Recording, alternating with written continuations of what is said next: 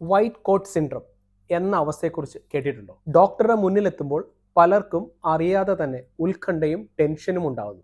Blood pressure എടുക്കാൻ വേണ്ടി cough കയ്യിൽ കെട്ടുന്നതിന് മുമ്പേ തന്നെ ഹൃദയമിടിപ്പ് കൂടുകയും രക്തസമ്മർദ്ദം താൽക്കാലികമായി ഉയരുകയും ചെയ്യാം.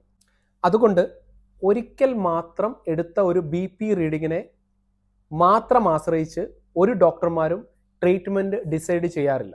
അതിനൊരു മാർഗമുണ്ട്, 2-2-7 മെത്തേഡ്. വീട്ടിൽ ഉപയോഗിക്കാൻ പറ്റുന്ന ഒരു ഡിജിറ്റൽ BP അപ്പാരറ്റസ് വാങ്ങുക.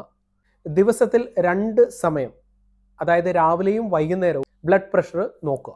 ഇങ്ങനെ തുടർച്ചയായി 7 ദിവസം നോക്കിയതിന് ശേഷം ഈ റീഡിങ് ഒന്ന് ചാർട്ട് ചെയ്യുക.